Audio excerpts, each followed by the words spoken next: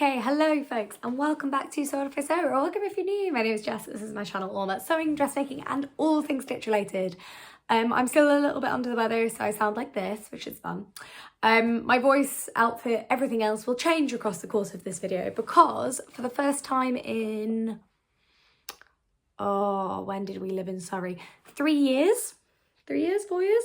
I am doing a proper massive at least 2-part sew along for a coat. You guys love my sew along for the Eden coat. I get loads of comments, I get loads of questions, and so I thought it was about time we did another one, but for a slightly different type of coat. So we are going to be doing a sew along, a proper sew along. Now this will not be a tutorial, chiefly because I don't know what I'm doing yet. So it would be frankly hubris to say that this would be a tutorial. You will be watching me make mistakes and hopefully you will not do the same things. And in that way it could potentially be tutorialized, but it is not meant to be a tutorial. Some of you will be more experienced than me and going, oh my God, why are you doing that? And some of you will go, oh my God, is that how you do that? And that's fine. That's what this community is about. That's particularly what my nice little community of like 5,000 of you is about. We are about going, how do you do that? Let's have a go. And that's what we're going to do today and probably every day till the crack of doom. But I'm going to try and give it a go in about a week to see if I can at least get part 1 of the sew along out to you. So what pattern are we using? We are using the Atelier Jupe Alex coat pattern, which is here. It's a sort of duster coat vibe, big lapel, which I quite like. And one of the reasons I'm making it is because I used to have a coat like this that I wore it till literally there were holes this size in the lining. They don't even fit in the camera, the size of the holes. And I stopped being able, the pockets wore through, and it was from French Connection. My mum got it for me, it was quite expensive, and I wore it every single day for about 7 years.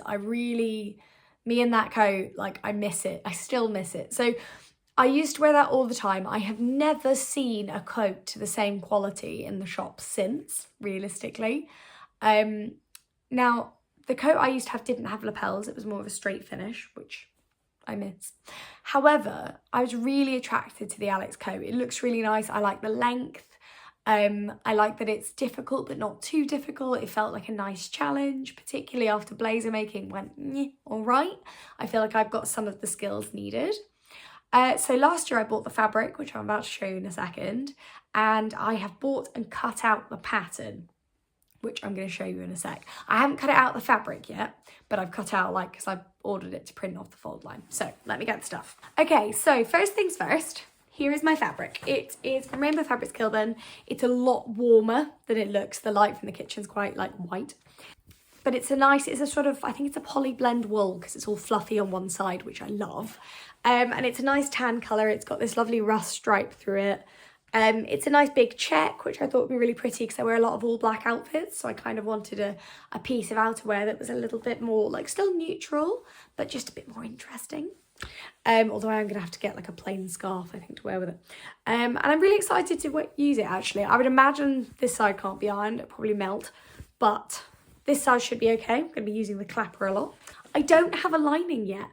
I'm actually going to be buying my lining today, so I will include you in that process because it's Black Friday and I've been trying to save money, so I didn't want to buy a lining just yet, especially as I wasn't entirely sure what I wanted. Now I know what I want. I want like a sort of a rust coloured or a terracotta coloured like viscose, or maybe a viscose challis or something. I want something slippery so it's easy to put on and off, but not too slippery that it's going to annoy me. Okay, so I have already cut out the pattern pieces. The sizes are European and in centimetres, which again, you guys know I hate centimetres. I'm just trying to find, right, there we go. What I always do with A0 patterns, and I do recommend doing this, is I always cut out this section that numbers all the pieces and everything if it's not in the instructions. But even then, if it's in the instructions, I don't normally print instructions because I think that's a waste of paper because I've got them on my laptop. But I always cut out this bit so I remember what the lines are. Because right now, I'm looking at the pattern pieces, none of the lines are labelled on the pieces themselves. So I have no idea, until I look at this, what size I've cut out. So using my handy pattern piece, because all the old ones get a bit confusing, I have cut out the second line in. So I've cut out a 36, a European 36, which I think is roughly a size 8. But I'm going to get the measurements up for you guys. I'm normally much more organised. But then I found that actually, I'm going to keep talking while I do this, but you're just going to look at one of my ears for a minute. One of the things I found that stopped me filming a sew along for the Jessica, well, it was that I didn't feel like I knew what I was doing. And I kind of felt a bit panicky that you guys would then be like, well, why would I watch you? And then I had a bit of a realization recently, which was that I never know what I'm doing and you guys watch anyway. So I'm kind of hoping that you enjoy this and that you enjoy following along. I also think there is something to be said for not being perfect at all times or at any time. Anyway, back to coats. The bust is 88 centimetres, the waist is 72, which is about 27 inches, something like that, 26, 27. And then the hips are 96, which is about, I want to say it's about 36 inches, because it wasn't far off my actual dimensions, I remember that. The length, it's not coat length, it's height, because I've just done a little translatey thing. It's drafted for someone who is 5'5". And obviously I am 5'2". Well, not obviously to me, but you guys can't see my legs. I'm 5'2". Now I am going to leave it the length that it is. I'm not going to shorten it because I actually want a slightly longer coat. And this coat is drafted, it seems, to hit it about mid-thigh, but I have no objection to it hitting just above the knee. That on me, that's actually a nicer length. So I'm going to leave it as is, and then if I hate it, I'll just double hem it inside before I bag it out, which is no problem because the top will still fit nicely. But I'm not going to lengthen or shorten anything. That fabric wasn't desperately expensive either, so I'm more than happy for this to sort of, like, I don't want it to be a wearable toile and that I don't want it to be a mess, but if the fitting isn't 100% accurate, I'm not going to lose any sleep over it because I haven't spent, you know, hundreds on wool or anything. What notions do we need? I really should have looked at this before. And why is this in Dutch? Okay, so I found the English instructions. It turns out that the English instructions, it goes Dutch, French, then English, all in one document. Be nice, I think, if they were separate because it's a very big PDF. Which is annoying. So the English instructions start, if you're on the PDF instructions, the English instructions start on what is billed in there as page 43, but is on the PDF viewer as 25, because obviously it shows the double page as 1, or it does in preview anyway. I don't know if it does in Adobe, but I would imagine it does. So we have our measurements. Then we need fabric, lining, matching thread, some interfacing. It wants me to have 3 meters of interfacing. I'm not doing that. But it says if you don't want to interface the whole coat, you only need 1.5 meters, which I can probably make work. I'm sure I've got that. And a button, and that's it. And that's one of the huge things that has appealed to me about this pattern. It does not have a giant scavenger list of things you have to go find. I am so excited to have another go at the Jessica blazer at some point. I really am, because it represents some proper tailoring. However, gathering together the notions for that is like assembling a crew for a heist. It is absurd, absolutely absurd. I ended up shopping at 7 different shops to get all of the stuff for the Jessica blazer. It was ludicrous. So this pattern is much more forgiving. You need some fabric, you need some lining, you need some matching thread, some interfacing, and a button, and away we go. Now in terms of fabric length, it says that I need 2.6 meters for the size 8. Then it says if you're using a checked fabric, add 2 times the height of the check to the fabric use. I think I have 2 meters. In my experience, I have almost never needed the amount of fabric shown. So I'm going to lay it out in a sec and we're going to see how we go. And then it says I need 1.6 of the lining. I'm going to buy 1.5 meters probably. But again, we'll see, because if I lay this out and I do need more, then we're going to have to do a little rethink. I've never needed that amount. But then I don't know, I tend to find fabric cutting layouts can be quite wasteful. And I definitely just cut it out however works best for the fabric I'm working with and for me. So we'll see how we go. One thing I will talk about though, so for the outer coat, we're cutting out front, lapel front, obviously, actual front, sleeves, back, vent back, or the collars. So then that means out of the lining, you only have to cut front, back, and sleeves, and that's it. So that's why we need a lot less for the lining. Then it says seam allowances are already included. Good, as they should be. And then it says it has a little table of what it wants you to interface. And it says basically your pockets need to be entirely interfaced, your front facing needs to be entirely interfaced, the back facing entirely interfaced. That is not going to happen. So I'm going to go through that list once I've cut everything out, feel what the fabric is like, and then I'm going to choose what to interface. Like I will always interface my lapels and stuff like that, always. Am I going to interface the whole back of my coat? Probably not, because that's how I sew. For me, instructions are very much a document for negotiation. They aren't something I'm going to follow directly. I will if I don't know what I'm doing, but yeah, we're a bit of a make do and mend house, and I love that. So anyway, stealing myself here. I'm in the grip of a Lemsip, so I'm full of caffeine and feeling quite comparatively better, although my hair looks horrendous, but we are where we are. Let's cut out the outside of a coat. Hi folks, so here we are. I'm surrounded by pattern pieces. 2 realizations. I think I probably could get it out of this fabric, but not with the amount of pattern matching required.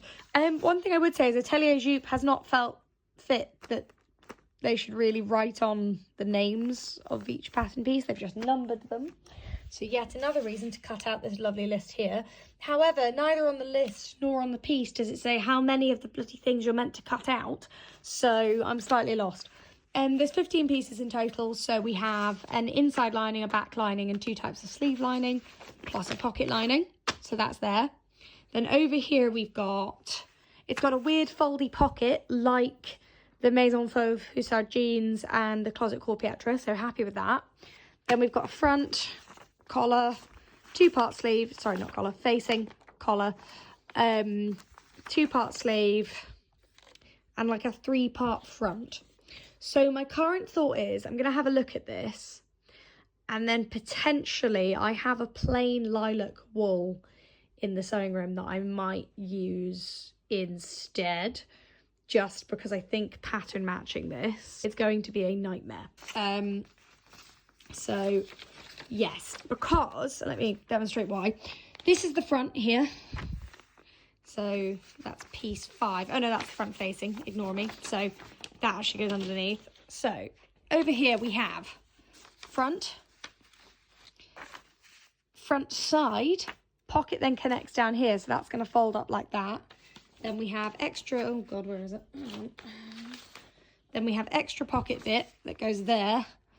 Like that. Sorry if that was a bit frenetic to move around. And then we have to match all of that to the back.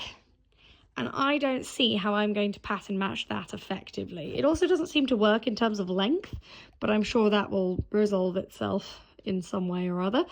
I'm wondering maybe that comes over the shoulder a bit more. But yeah, so I'm going to go onto Instagram and I'm going to do a poll, see what people think I should do for a bit of live feedback. But in the spirit of being honest, this is where we are. I was sort of lulled into a false sense of security because the coat on the front of the pattern is checked. And I was like, oh, okay, it can't be that bad then. But no, it just isn't great, guys. I'll be honest, it's not fantastic. So I'm going to scratch my head for a little longer and then potentially swap fabrics. Hooray!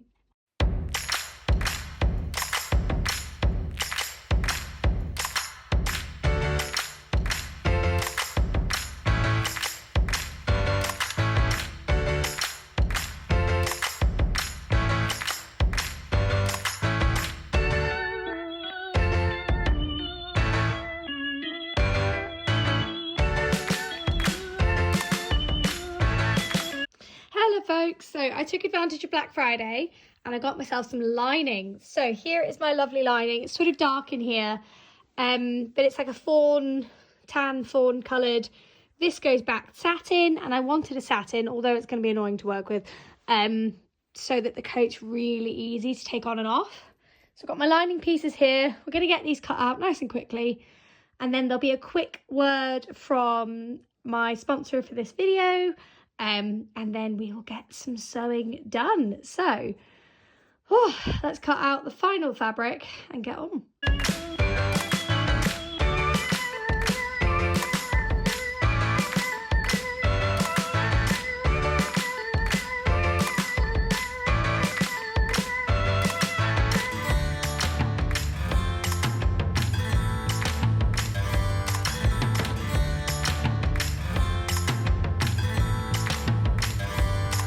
So here we are at the sewing table, ready to go. So I've got my lining pieces here, the main body of my jacket, and my instructions. Guys, I'm using the instructions.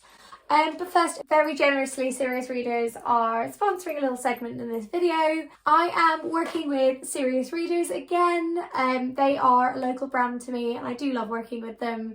And frankly, my Serious Light is absolutely essential for winter sewing. I really struggle without it, so it is on full blast. We have our lovely daylight wavelength technology that is helping me make sure my colours are matching and just see what I'm doing. It is unbelievably dark in here without it, and I really struggle to see details, so I'm incredibly grateful to have it. If you use offer code 470, then you can get yourself £100 off the high definition light, as well as free delivery. I would thoroughly recommend getting yourself one so that you can enjoy a winter's worth of sewing. They are one of my favourite brands to work with, and you guys know I don't recommend anything that I don't actively use, and I have used this every day since I got it. So check out the offer code below, check out the link, enjoy it. Now let's get some sewing done with my light. Okay, so step one is we're kicking off. We should be interfacing stuff, which I don't really want to have to do, but I guess I'm going to have to do. But I will do the facings, I will do the pocket piece, and I will do like the top of the sleeve and the collar and bits like that. That just seems like a weird thing to do, because it does have an option for you to not do that, but it doesn't tell you what you have to interface as a minimum, which I find strange. Realistically, I'm going to prioritise facings, pockets, and the collar, and then anything else is a win. But realistically, I know from experience that I need collars and stuff to be interfaced. And yeah, then we will kick off properly. So let's interface some stuff, and then we'll start sewing some pockets.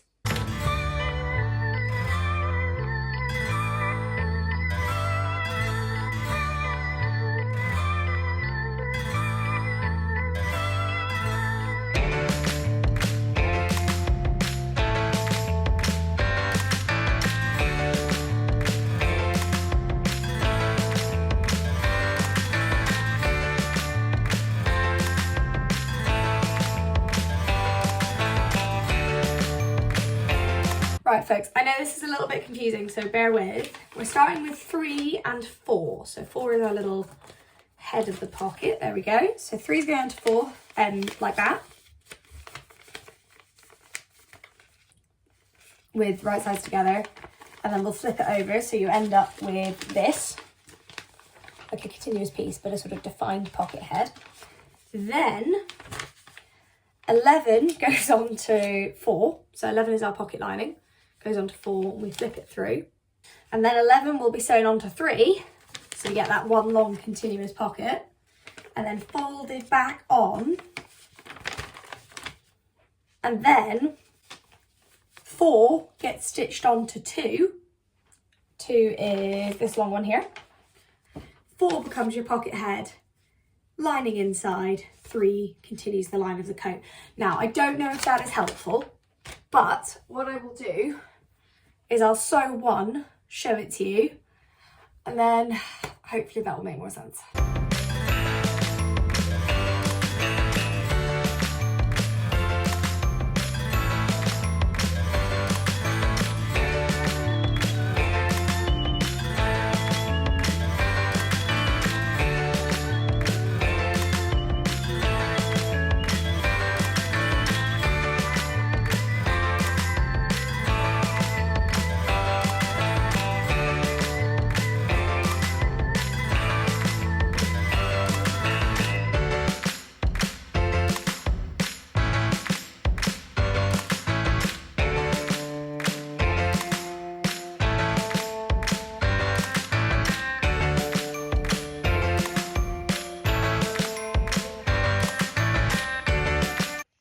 Okay, so here we are. Got our nice little pocket. Look at that. Beautiful. Really easy, really simple. So we've got one long piece. That's the side of our coat now done. So I'm going to do the other side now. And then you just basically stitch this down at like 1 centimetre because the seam allowance is 1.5 centimetres, so you just secure it. But it is exactly the same type of pocket construction as the Closet Court Pietra and Maison Foussard trousers. It's actually my favourite type of pocket construction, I think. But it looks really, really nice, good size pocket, and the detailing is there. One thing I would say is you've probably seen me use it in the time lapse, but my clapper is just absolutely like indispensable when working with wool. It really flattens those inner seams down, so you get a lovely crisp line. But I'm really happy with that, so I'm going to do the second side quickly. I'll do that off camera and then I'll explain the next bit to you. Okay, so next part is, I'm going to sit down for a sec and just throw things around the sewing room because that's how we are. So we have our front, which is piece 1. It would be really, really nice if they labelled these pieces like anybody else labels a sewing pattern. So we have piece 1, we have the bit we've just made. The next step is to just pop them together and sew them. They've got a notch about there. It's marked on both pattern pieces to match. And then we have our coat. Now, just to note, it will be the same length as this section. Let me actually hold that so it's useful. Hold on. There we go. It should be the same length as this, because that means it will open out the lining and then that will fold up to make the hem. So that is the length, that is our inside pocket bag there. So we're going to stitch both sides on and then we have the front of our coat. It's actually a very simple construction.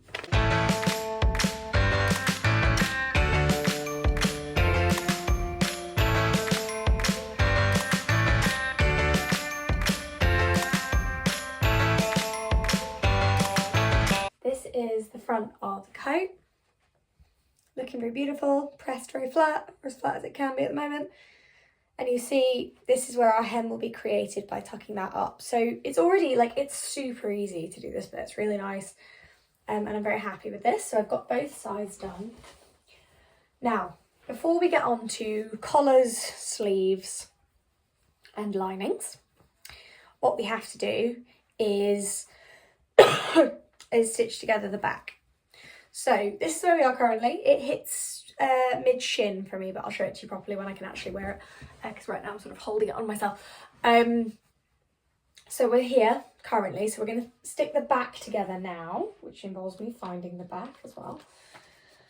Because coats have many, many pattern pieces, they're all sort of everywhere right now, so it's sort of a bit of a game. Right, here we go. So this is the back. So we're going to stitch it together up to the vent here. And then, so we literally just stitch along the vent there, because then once we attach the lining, etc., the vent becomes a bit more fully made. But for now, we're just securing it. So we're just going to stitch along the back. And then I think that will be us today, because I think I'm a little bit too tired to do collars right now. I don't think I've got the brain. But if we can get the back together, that's a few less pieces floating around. So let's do that together now. And then we don't, oh actually no, so we're going to do one more thing today, which is out of order actually, as in like not in the order suggested. So we're going to stitch the back together and then we're going to create our facing. So back facing and the 2 inner facing pieces, because then again, they're just done and we don't have to think about it. Because I really like it when my facings are all connected. It stops you sewing something accidentally with a face, particularly with a coat like this, where piece 1, which is the piece we've just sewn to the pocket section, and piece 7, 8, like that, which is the facing for it, look exactly the same.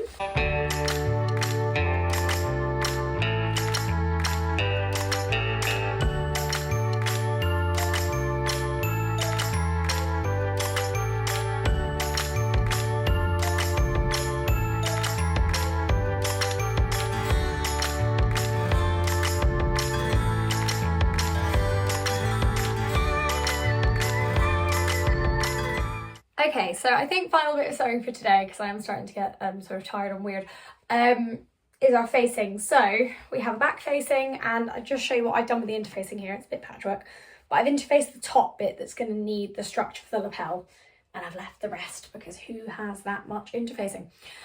So it will go this way. Hold on.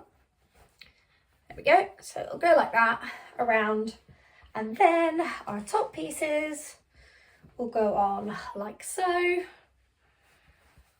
So that when the lapel opens, get this in the right place, it'll sit like that. So it'll still be covered. And then there'll be lining from this side in. So it'll be my nice satiny lining, but to make sure we get that lovely crisp lapel, these will be stitched onto each other, however, not until we have a collar in place. We also have the back, which is, oh, sorry, voice really going. This is the back here, so we're stitched together. We've got our lovely vent. I've pressed it open, and then with the vent, we've put a tiny, tiny snip in the corner here. So instead of just being like that, it's now open, which means it can go to either side. But we've not finished this edge, and we finished a little bit before as well, so that when the lining gets stitched on, then the vent will have more structure. But for now, the back is done. The front is done on both sides. Lovely. And our facing is done. So what is left for us to do together? What is left? So collar, obviously. So here it is. One interfaced, one not. It didn't say necessarily to do that in the instructions. Not like the interfacing, where it tells you to interface stuff isn't necessarily the easiest thing to follow, but one interface, one not. So that's going to go together, snip, pull through. Then we'll have an open bit. So let's have a look at this. Why is this hurting my brain today? So we'll be like that. Or is it that way? No, it can't be that way. So the long side is the underneath. And then our lapel will connect there, so we get that nice little open V. Then that will get sandwiched between the facing and the actual jacket. Obviously we'll stitch front onto back as well, so that we can get a continuous line. I wonder if we could do that today quickly, because it would really, really help. No, we're not, because the instructions haven't told us to do that, and I am trying to be good. So our collar, then we have 2-part sleeves, which are under my lining pieces. Where are they? Yeah. So we have a 2-part sleeve with an under, which goes here, and an over, which goes over the top of the arm, and they connect. Oh, my brain is not working today. They connect like so. So it'll go on like that, open it out, that'll be a full sleeve, and it'll connect underneath where these two connect like that. But it creates a bit more head in the sleeve, which is really good. So we need to do those next time. We need to do our collar. We obviously need to make up our lining pieces, and that's it. So there's a lot more instructions for the second half, but I would argue there's actually a lot less to do. We just need to put some sleeves together. It'll be fine. Nothing to stress about. And a collar. And I've done this before for the Jessica blazer, so it shouldn't be too tricky. So for today, I'm going to stop here. I'm going to edit this together so it's useful for you guys, and I'm really happy actually. I've really taken the time to press every single bit of this. So that would be my top tip. It gets those really nice crisp seams and make sure that the coat that comes out looks really professional. It's got lovely sharp edges, and there's no sort of bubbling, like it just looks so much more professional. So use your clapper if you've got one. If you don't, a book or like a big heavy dictionary or something like that will do. It just helps when the fabric doesn't naturally crease with an iron like things usually do, but you heat it up, put something heavy on it, and it just really flattens those seams. It also makes them so much easier to work with. So I'm going to stop here for today. I'm going to edit this together, and this will be part 1. And then part 2 will come to you in 2 weeks' time, because I'm being realistic about the time of year that it is, and then giving myself a little bit of time to work on it properly, because the next one we will finish the whole coat in. So if you enjoyed this, please give it a like, and do subscribe if you don't already. I love the community on here, it's brilliant. And if you'd like to hear more from me, subscribe and do click that notification bell and let me know in the comments what you think. If you've got any questions you want me to answer in the second video, if you want me to do more big proper sew-alongs like this, let me know. There are a lot, but I do like doing them for coats and things where it's quite complex. And yeah, give it a like if you enjoyed it, if you found it useful, if you've had it on while you're just doing something completely different. This also, a lot of the things we've been talking about here, yes, they relate to the Alex coat, but they also relate to every coat and blazer you will ever make, really. So if it's useful, do let me know. And thank you all so much for watching. And I will see you next week for another video, and then in 2 weeks for the second part of this.